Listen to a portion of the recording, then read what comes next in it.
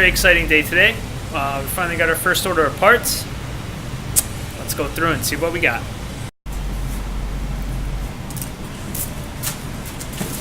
Alright, first box.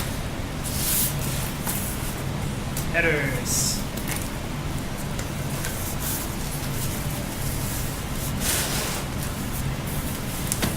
Let's see what they look like.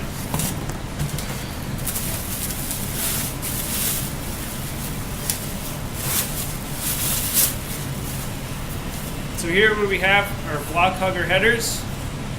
We're going to use these instead of the factory manifolds I originally was going to, but these were such a great price and it'll allow me to work with the exhaust to get it to fit. So these look awesome. As you can see, they're nice and narrow, so they'll snug real close to the block, so it'll allow me to work around the steering and everything else to get the exhaust down and around. It also comes with gaskets and all the hardware. And another cool thing with these, it already has pre-made flanges. I'll open up and take a look at them.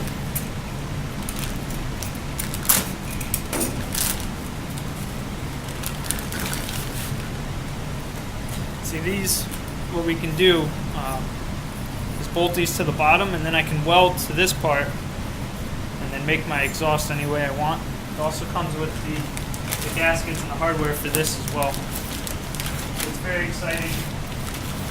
I could have gone with like CX Racing headers or Hooker headers, or Silky makes headers. A lot of people make the headers for this kit to do this swap, but I wanted to kind of do my own thing, and again, we're doing this on a budget, so this was a cheap and easy solution. Moving on, we got this box of storage stuff, some stickers, got a lot of bolts. Let's see, the other one, starters. What I ended up doing is getting all ARP studs for various things like the flywheel, the clutch, the bell housing, very good stuff. So while you have it all apart, it's best to do this now. And then I also got bolts for the starter because I didn't have any. We got some more exhaust pieces. We got a 2.5 to 3 inch adapter. We got a 2.5 inch U-bend so I can, for the exhaust, make that. We got some O2 bungs. For the O2 sensors I got to put into the front, and then I got torque lube for all these bolts. Very good stuff. It's important to do. When you're torquing those down, it makes it nice and smooth. It allows you to get a very accurate torque. And also we got new spark plugs, 8 of them, NGKs, very good. And then I got an extra 2 extra exhaust flanges in case I need them going down.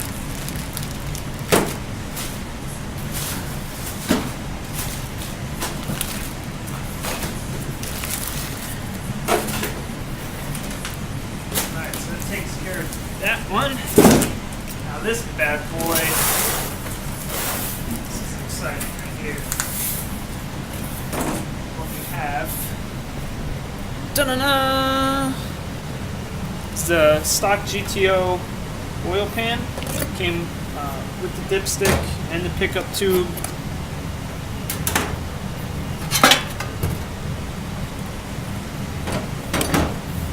Even has the gasket already on it, the baffle, all the hardware's in there.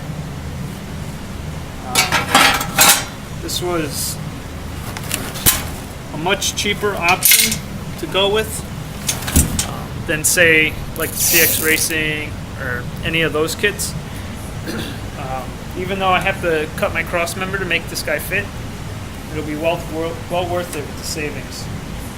And then in addition to that, I just have some exhaust pipes here, 2, 2.5, and 1 3-inch pipe.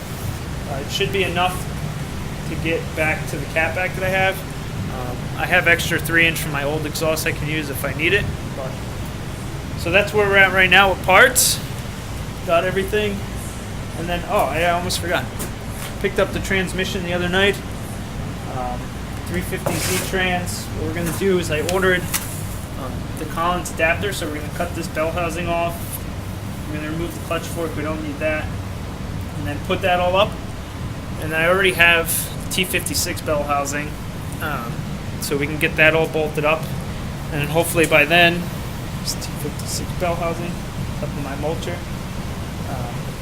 We can get that all bolted up. Hopefully I'll have the starter by then. I can get that in. But in the meantime, what I'm going to try and do is I got to try and get this manifold off. I got this one loose already. I broke one nut loose. I've been soaking these with penetrating lube for probably almost 2 months now because there's already 2 broken in the head already. I really don't want to get new heads or try and sit here and tap and drill these out because that would be a real pain in the ass. But that's where we're at. I got to get these off, then I can get the new headers mocked up. And then in addition to that, what we're going to try and do is reuse these motor mounts. I'm going to cut some of this off because there's no stud under here. It's just flat. So I'm going to get some 1/4-inch steel and weld it onto here and then make my own mounting point. And then hopefully the height's all right, but we'll find out.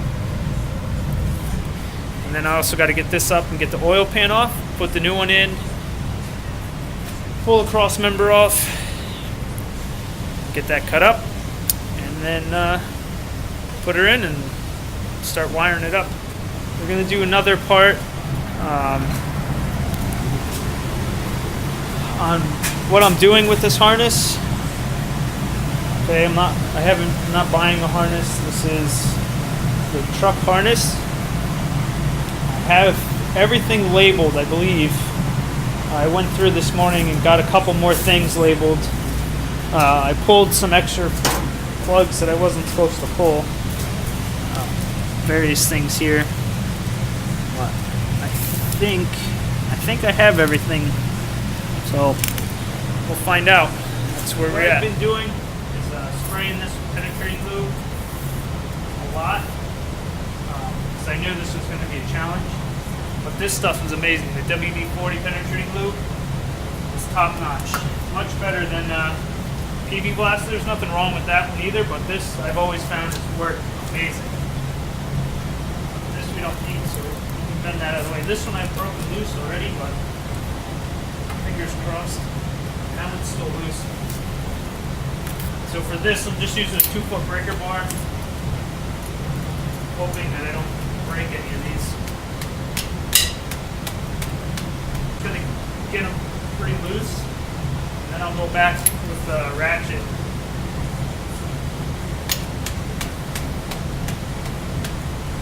The nice thing about having aluminum heads is you don't really have to worry about the bolt rusting to the head. It's the bolt rusting to the flange, and the threads inside of there getting all fused to this flange. So once you can break it loose, hitting the mounts is the easy part. It's just getting them loose enough to where they're not going to snap.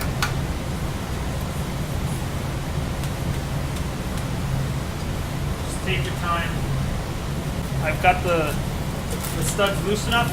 And try and see if I can't just get them off the rest of the way. Again, just taking my time. I'm not going to try and rush it. God forbid these get stuck again. The last thing I want is another broken stud in this head. There's already one on each side. I'm just going to keep spraying it as I go. Now the headers I got came with new studs for the manifold. We don't have to rely on trying to reuse these crappy things. So, if you can see,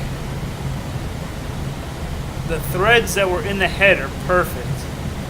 It's the threads that were in the manifold that are all rusty.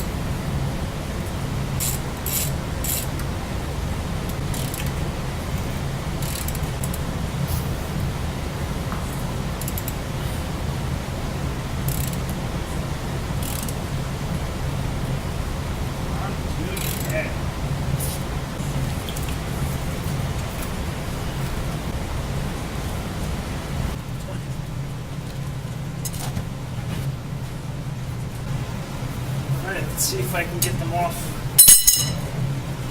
just the socket.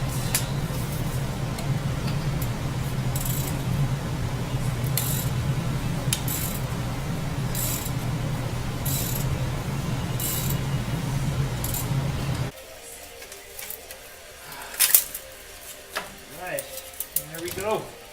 Both manifolds are off. This gasket's completely destroyed.